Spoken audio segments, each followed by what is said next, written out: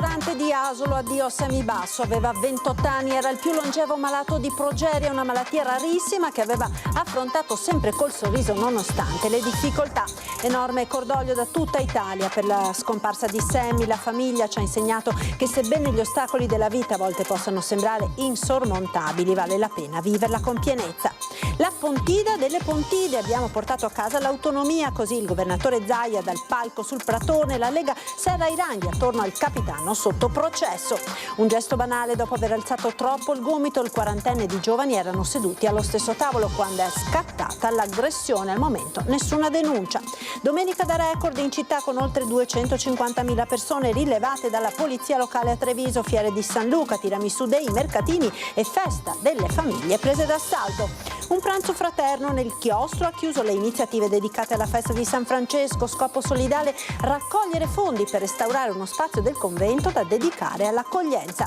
Inizio di stagione da incubo per il Benetton Rugby che viene travolto in casa dai fortissimi irlandesi del Leinster. In classifica i Leoni dopo 3 turni hanno solo 2 punti, nel calcio invece vittoria del Treviso 4-1 contro la Vis.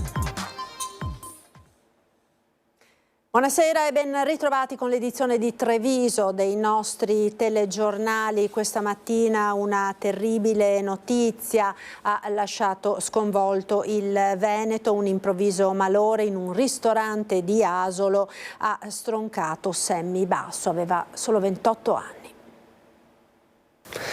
Sarà difficile abituarsi a una normalità senza di lui. Oggi è una giornata davvero triste e colma di dolore. Si è spento nella notte Sammy Basso, il ricercatore di Tezze sul Brenta, affetto da progeria. Laureato in biologia molecolare, ha dedicato la sua vita allo studio della sua patologia che porta all'invecchiamento precoce delle cellule. Avrebbe compiuto 29 anni il prossimo 1° dicembre.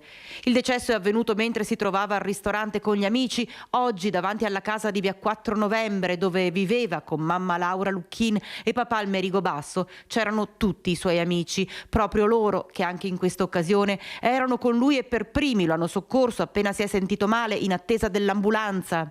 È stata una giornata di festa, eravamo a un matrimonio di amici, tra amici, e a fine serata non si è sentito bene.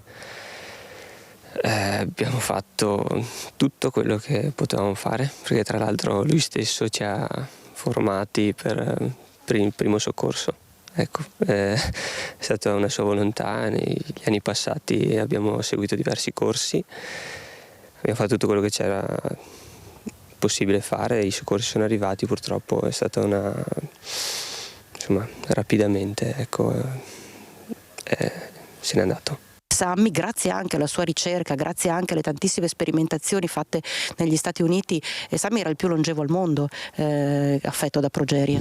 Sì, era appena tornato da un viaggio in Cina in cui era contentissimo di aver instaurato nuovi rapporti istituzionali e di ricerca, quindi aveva sempre uno sguardo proiettato veramente non una settimana più avanti ma anni e anni, insomma sapeva benissimo che il suo lavoro non sarebbe servito tanto a lui ma a chi viene dopo di lui, ecco, quindi non ci resta che proseguire sulla strada che ci ha tracciato e in cui ci ha coinvolto. La cosa più bella che ricorda di Sammy qual è? È lui stesso, cioè il suo modo di essere, la sua genuinità. Era veramente la migliore persona che ho conosciuto, ecco, la migliore persona che tanti di noi hanno conosciuto, ecco.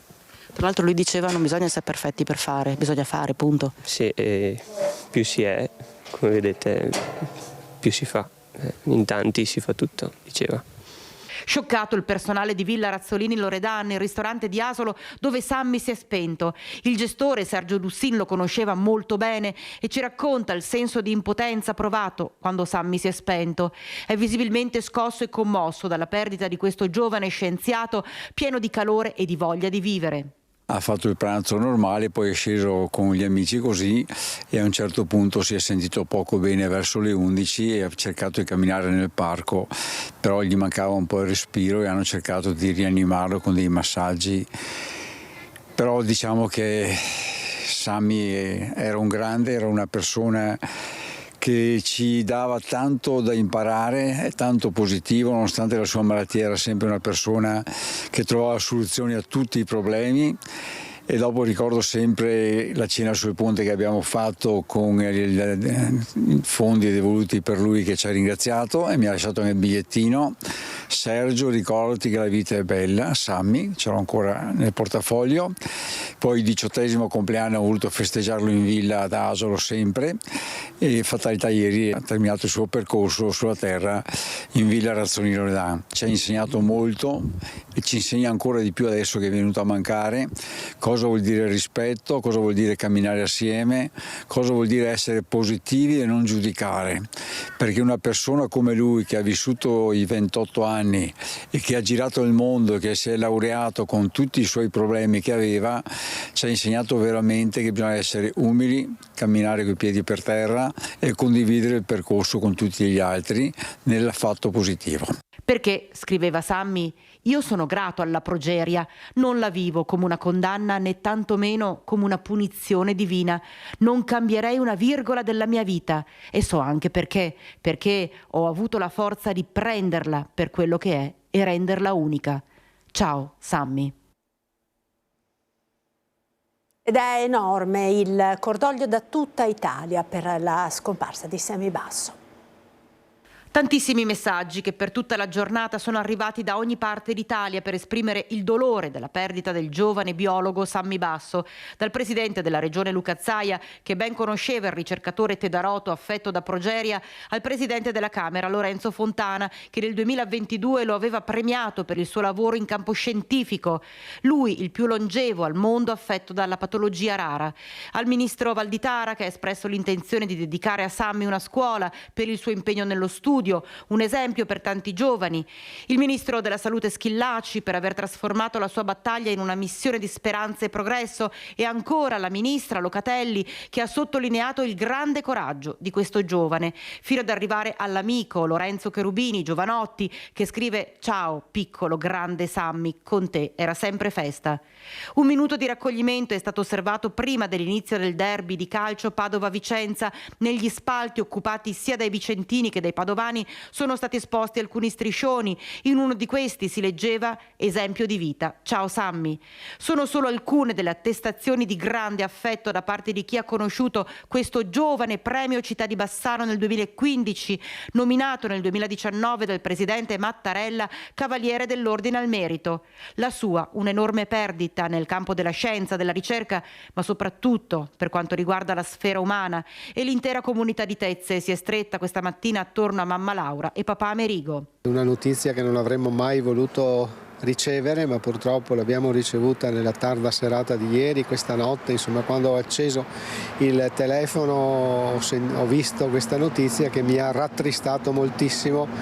Sammy un personaggio, Sammy la voglia di vivere in persona, Sammy un ragazzo di 28 anni che ha fatto un sacco di cose, che deve essere di esempio per i tantissimi giovani che magari della vita fanno scempio o disinteresse. Ecco, quindi speriamo che il suo messaggio arrivi veramente in tutti quanti i giovani del nostro territorio e non solo. Sono stato anch'io a portare le condoglianze alla famiglia e lì c'erano un sacco di ragazzi giovani, i suoi amici, e credo che loro saranno il volano per trasmettere le sue idee, la sua vitalità, il suo grande amore per la vita. La sua mancanza si sente già, insomma, si percepisce. Questa mattina ero qui a Belvedere di Tezze al 50° anniversario dei donatori di sangue, ecco, si percepiva la delusione, l'amarezza di questa scomparsa che insomma si poteva anche attendere, no? Visto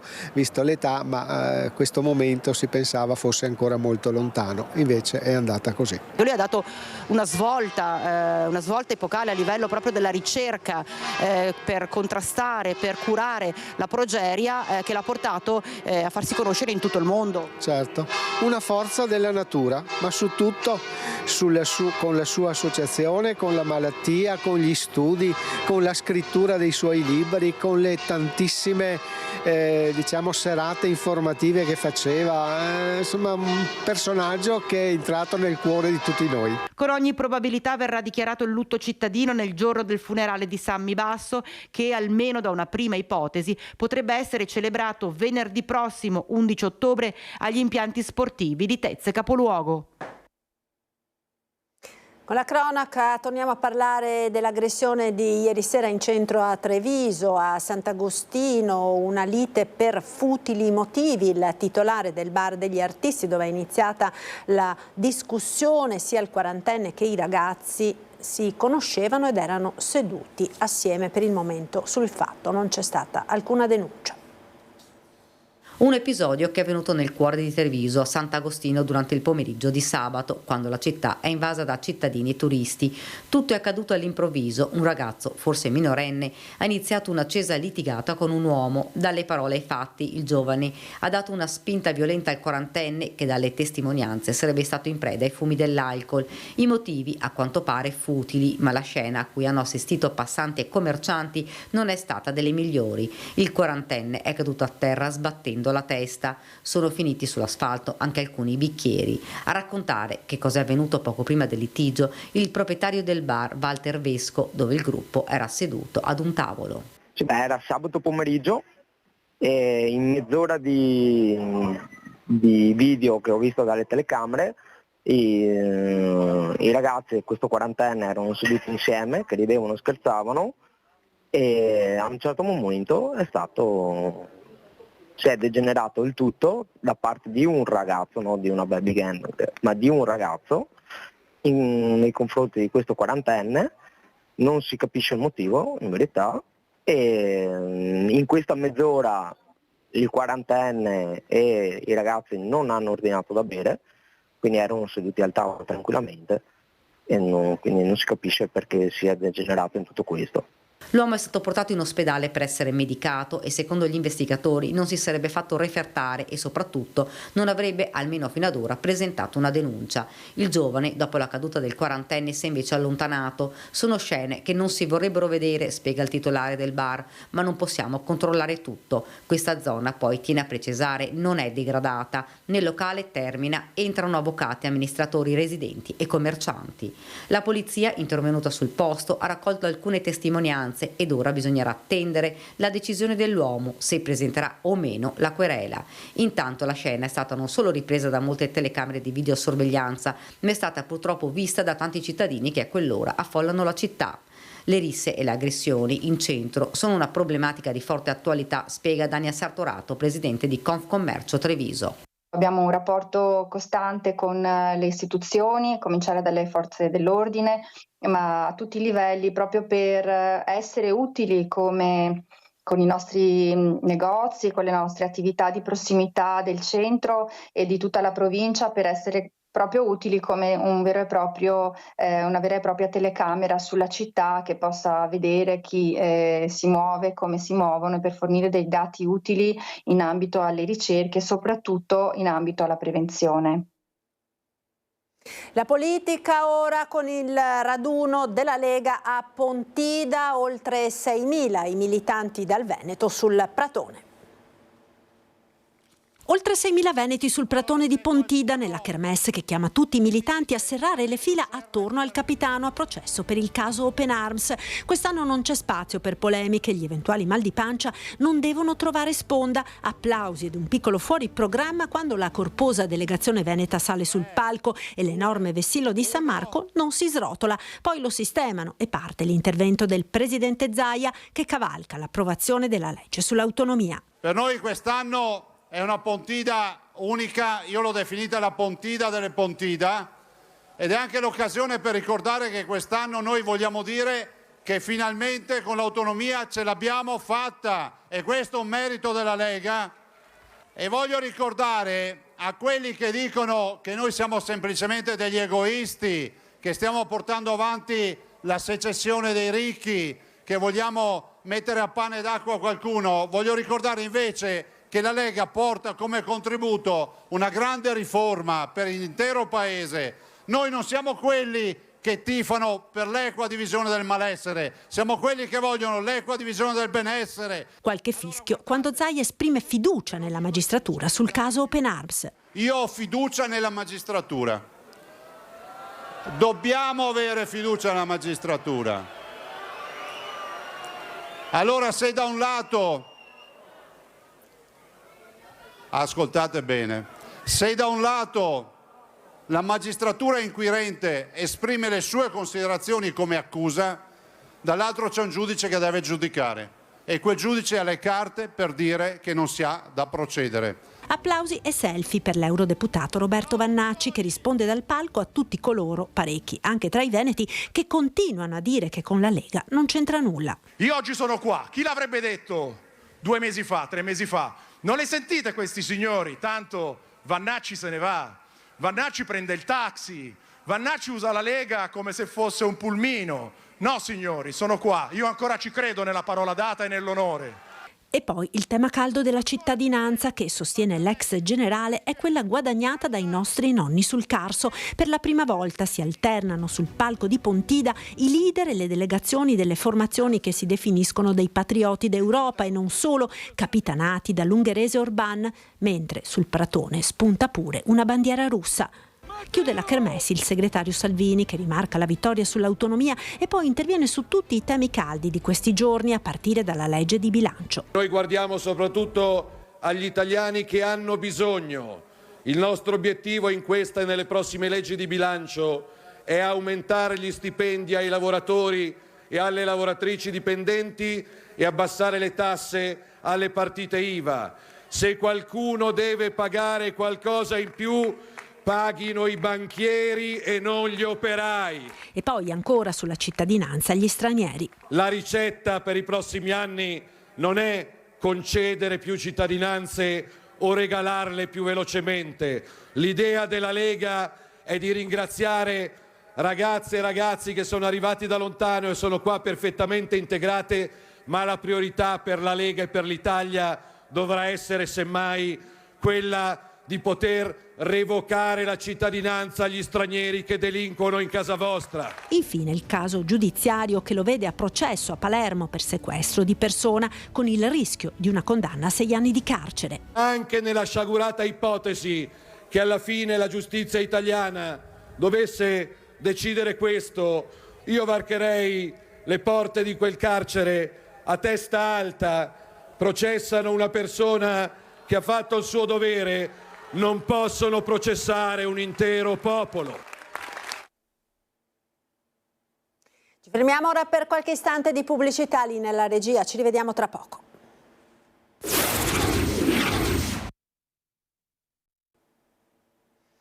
Rieccoci in diretta con l'edizione di Treviso dei nostri telegiornali. È stata una domenica da record, quella di oggi per la città di Treviso, 250.000 le presenze che sono state rilevate con il Targa System dalla polizia locale, complice la bella giornata di sole e le tante manifestazioni organizzate.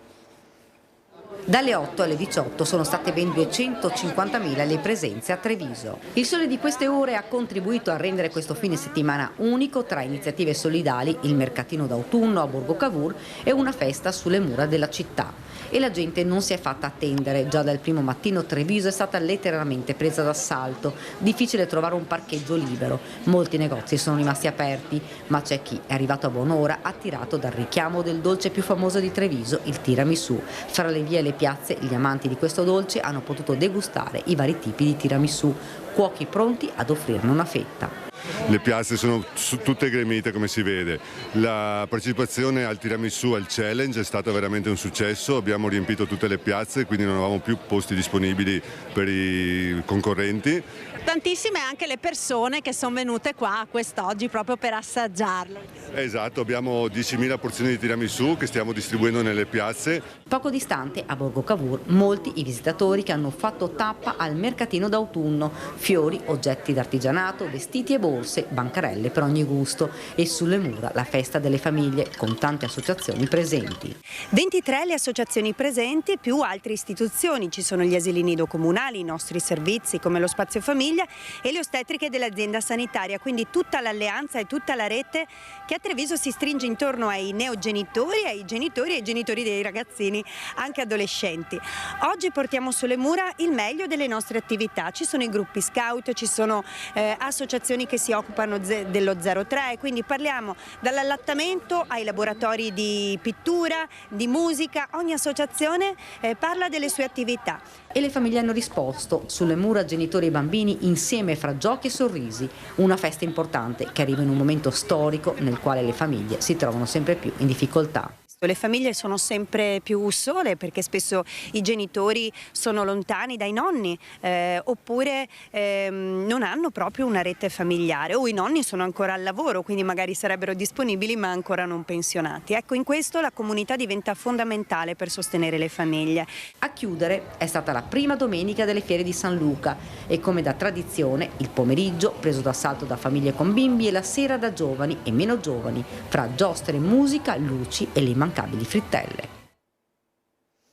E oltre 160 fedeli si sono riuniti oggi in una lunga tavolata nel chiostro della chiesa di San Francesco a Treviso. Il pranzo fraterno ha chiuso le iniziative dedicate alla festa del patrono d'Italia. È un pranzo fraterno nel chiostro del convento a chiudere gli eventi dedicati alla festa di San Francesco a Treviso. Una festa, un momento conviviale che ha visto sedute attorno ad una lunghissima tavolata oltre 160 persone. Antipasto e poi il tipico spiedo trevigiano per i tanti fedeli devoti a San Francesco che hanno deciso di trascorrere insieme il pranzo della domenica con la gioia di fare anche del bene. Concludiamo con un bel pranzo, queste iniziative che hanno portato così anche molte persone qui alla chiesa di San Francesco e con anche uno scopo che appunto adesso esprimiamo anche meglio con questo pranzo, quello di sostenere un'iniziativa che è quella di una ristrutturazione di uno spazio del convento adibito ad accoglienza dei poveri e delle persone in necessità. I fondi raccolti con il pranzo fraterno confluiranno nelle risorse necessarie per la ristrutturazione di questa casetta dietro il convento che potrà accogliere temporaneamente persone in stato di bisogno. Cerchiamo di rispondere come possiamo, abbiamo con una zona riservata per esempio agli studenti universitari, cerchiamo di valorizzare tutti gli spazi del convento possibili perché effettivamente la richiesta c'è. Proprio per quanto riguarda gli studenti universitari, i frati hanno messo a disposizione l'edificio che affaccia su piazzale Burchiellati da un lato e sul cortile interno dall'altro. Gli spazi sono gestiti dalla cooperativa Castelmonte. Noi cerchiamo come religiosi, secondo anche il nostro carisma francescano, di poter essere attenti a quello che il territorio chiede in termini di carità, di condivisione. Certamente il nostro è anche un gesto simbolico perché non è che noi in un appartamento piuttosto che in una struttura accogliamo centinaia di studenti o di poveri, insomma, quindi però quello che possiamo fare lo facciamo volentieri con gioia. Torna dal 24 al 27 ottobre Carta Carbone, il festival letterario giunto all'11ª edizione, moltissimi gli ospiti e gli appuntamenti che faranno di Treviso la capitale del libro. Francesco Guccini che presenterà il suo nuovo libro e poi Giobbe Covatta, Catena Fiorello, Henry De Luca ed ancora giornalisti come Cecilia Sala, David Parenzo, Giorgio Zanchini. Torna a Carta Carbone, festival letterario di Treviso giunto all'11ª edizione. Dal 24 al 27 ottobre il festival ideato dall'associazione Nina Vola torna a fare di Treviso la capitale del libro con un ricco programma di incontri con gli autori di molteplici generi letterari, ma ci sarà spazio anche per nuovi format, anche con la musica, per soddisfare il pubblico appassionato di letteratura e narrazione in tutte le sue forme. Letteratura per un pubblico trasversale a partire dall'autobiografia con Sergio Zatti, presentato da Stefano Brugnolo, e poi anche molti autori del territorio, ricordiamo Giandomenico Mazzoccato, Silvia Battistella, Roberto Masiero, Caterina Pavan e Caterina Perali. Letteratura anche da premi importanti come il premio Bagutta, il premio Strega. Un festival di grande prestigio che arricchisce il panorama delle manifestazioni culturali di Treviso. Non è solo un festival, è una rassegna, è una festa del libro, perché riempie, diciamo, la città con una serie di appuntamenti di grandissimo livello, di grandissimo valore, con degli autori straordinari, con una serie di attività anche che servono a vivacizzare quella che è la storia attorno al libro, ma soprattutto pone la città di Treviso come una città dove si legge molto, dove il libro con tutti i suoi aspetti anche dell'editoria, dei premi letterari, è veramente uno dei capisaldi della cultura trevigiana. Presentato a Treviso un progetto di educazione attiva che vede un connubio inedito tra Avis e Legambiente. Il titolo di questo progetto si chiama Green Blood e vede coinvolti i ragazzi dei 14 anni fino alle persone dell'età della pensione. Il connubio Avis e Legambiente diventa per noi importante per sensibilizzare al dono e anche alla cultura dell'ambiente. Oltre 500 studenti tra i 14 e i 17 anni saranno i protagonisti del progetto di cittadinanza attivo promosso da due realtà che fanno della cura, della salute e dell'attenzione per il prossimo una missione, Avis e Legambiente. L'alleanza tra Avis Veneto e Legambiente Veneto forse può sembrare inedita, sicuramente inedita, può sembrare inusuale, in realtà rispecchia chiaramente quello che è la necessità di oggi, cioè la cura dell'ambiente in cui viviamo insieme alla cura dell'individuo o della persona. A permeare l'intero progetto il concetto di salute a tutto tondo. L'iniziativa prevede 20 laboratori e 60 incontri e toccherà tutto il Veneto per stimolare i cittadini al dono di sangue e plasma, ma anche all'attenzione verso la comunità e l'ambiente come fattori di benessere sociale. Le scuole che aderiscono all'iniziativa sono gli istituti paritari filippini di Pieve del Grappa e le sedi ENAIP di Padova, Dolo, Vicenza, Verona e Rovigo. Nel nostro agire come collaboratori, ma anche in quello che trasmettiamo ai nostri ragazzi, c'è la volontà di creare dei cittadini consapevoli a 360 gradi. Tra l'altro quest'anno festeggiamo il centenario della fondazione del nostro istituto, quindi un anno ricco di eventi e progetti, tra cui rientra questo, e il tema di pastorale di quest'anno è il nostro cuore nelle periferie, quindi il senso della donazione, no? Del guardare verso l'altro e verso l'ambiente, direi che calza a pennello. Da Belluno a Venezia, Fondazione Festo in viaggio per testimoniare l'accessibilità del territorio. Belluno, Alpago, Conegliano, Susegana, Treviso, Silea, Mogliano e infine Venezia. Si è conclusa la 4 giorni di un mondo che si muove, promossa dalla Fondazione Festo. Un viaggio itinerante, tappe percorse da decine di persone aventi disabilità diverse e i loro accompagnatori per testimoniare il livello di accessibilità turistica nelle città del Veneto. 4 giorni incredibili dove abbiamo potuto scoprirci, scoprire, esplorare, esplorarci dal punto di vista umano. Incontri con associazioni, amministrazioni, ma soprattutto con le scuole. 600 gli studenti di medie e superiori che hanno accolto i ragazzi in viaggio. Un Veneto ovviamente che partendo dalle cime montane arrivando fino al mare è molto variegato ma è molto fertile, quindi stiamo seminando questi semi che piano piano insomma germoglieranno, speriamo molto velocemente. Credo che progetti come questi abbiano per le nostre comunità un valore davvero incredibile e che vadano sempre supportati e valorizzati. È l'ingrediente principe del tiramisù, il mascarpone. Quello di Cison di Valmarino va verso la certificazione. A Castelbrando è stato presentato il disciplinare che arriverà a breve in regione, una serata la cui partecipazione ha raccolto fondi per la città della Speranza.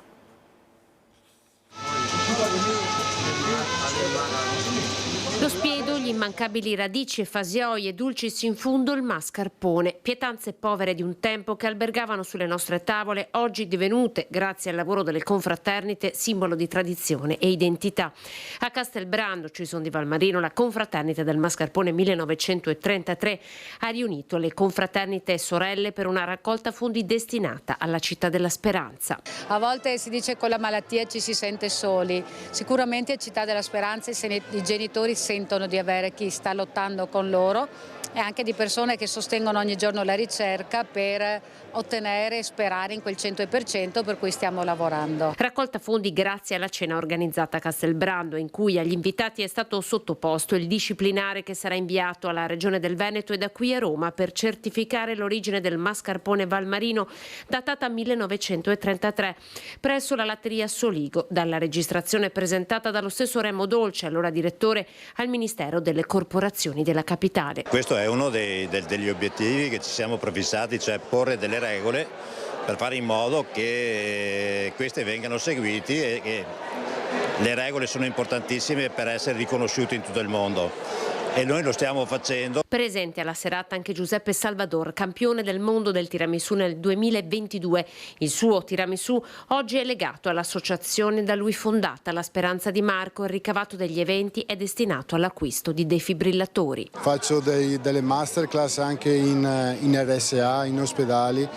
E quello che mi ha detto anche un fisioterapista, vede gli anziani soprattutto carichi di energia perché ritornano in mente le cose passate, quindi è donare gioia proprio.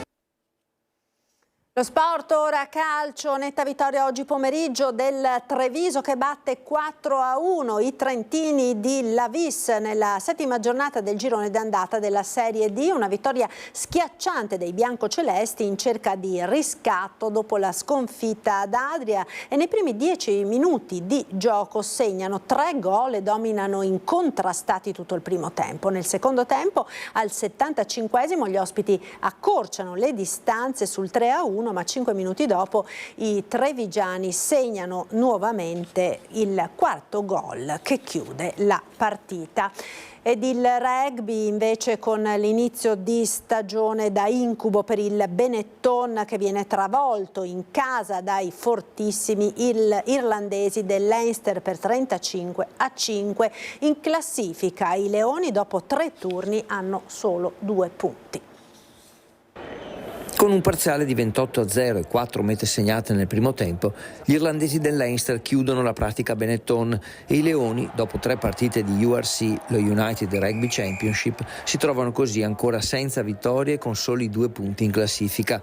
Al Monigo finisce 35-5 per la corazzata di Dublino, ora prima in classifica, punteggio pieno. In campo c'erano 15 nazionali e l'Irlanda fino a quest'estate era la numero 1 del ranking mondiale. Inizia il match e il Leinster guadagna una touche nei 5 metri biancoverdi per un fallo. Nella mall successiva il direttore di gara assegna la meta tecnica al Leinster e dà il giallo al pilone spagnolo per essere collassato in maniera non permessa. Gli irlandesi approfittano subito della superiorità numerica e vanno in meta con Froley. Lo stesso mediano di apertura trasforma. La difesa dei biancoverdi non riesce a arginare gli attacchi del Leinster che segna ancora con Conan nell'angolo e così si va sullo 0-21. I Leoni non riescono a sviluppare azioni offensive, gli ospiti allungano. Trasmissione dell'ovale veloce per la meta al centro di Doris che vale il punto di bonus offensivo per Leinster. Il Benetton nel finale ha qualche opportunità per siglare la prima meta ma non concretizza le rimesse laterali sui 5 metri irlandesi. Il primo tempo finisce così 0-28 e la partita è di fatto già chiusa. La prima meta dei Leoni arriva solo al 26esimo del secondo tempo dopo il giallo a Baird grazie al potente drive timonato da Manfredi. Si torna in parità numerica e nel finale Leicester va ancora in meta con Barron. Bayern non sbaglia dalla piazzola e la gara finisce sul 5-35. Forse non tutti sanno che il territorio di Montebelluna è tra i leader mondiali per le calzature e l'abbigliamento anche nel settore del tennis. Basti pensare che agli ultimi tornei americani erano oltre 70 i professionisti da 30 paesi che indossavano scarpe e maglie della storica Losanga, un marchio Lotto, ma soprattutto un'azienda che proprio 37 anni fa subiva la scomparsa del suo fondatore Sergio vittima di un tragico incidente stradale a Mestre, una vicenda che ripercorriamo nel nostro servizio dedicato alla nostra storia.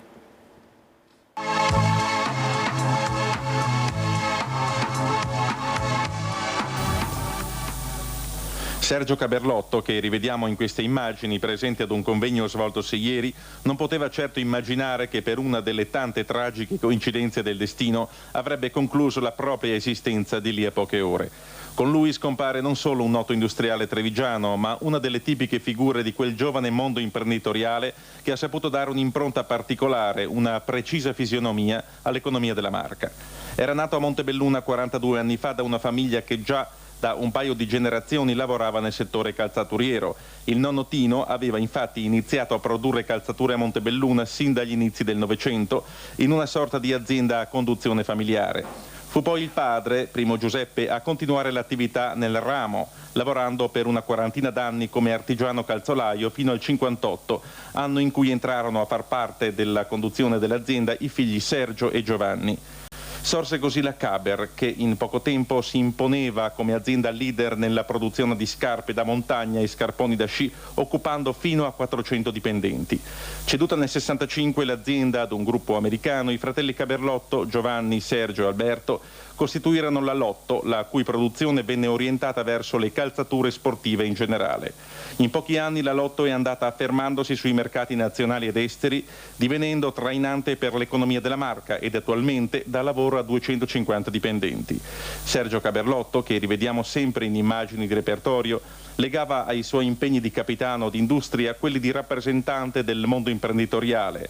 Era presidente dell'associazione fra le piccole e medie aziende dall'84, nell'86 il mandato gli venne rinnovato, mentre dagli inizi di quest'anno era entrato nella giunta di presidenza della Confapi. Recentemente gli era stato conferito il titolo di Cavaliere del Lavoro. Chi ha avuto modo di conoscerlo lo ricorda come un uomo di grande impulso, rappresentativo, capace, dinamico. Lascia la moglie Maria Elena Camozzato e 2 figli, Paola di 11 anni e Matteo di 8. I funerali avranno luogo giovedì prossimo nella parrocchiale di Montebelluna e a celebrarli sarà Monsignor Angelo Martini. Abbiamo aperto il nostro telegiornale con la notizia della tragica scomparsa di Sammy Basso. A Sammy Basso abbiamo voluto dedicare anche la copertina di chiusura del notiziario. È tutto, grazie per essere stati con noi. Arrivederci.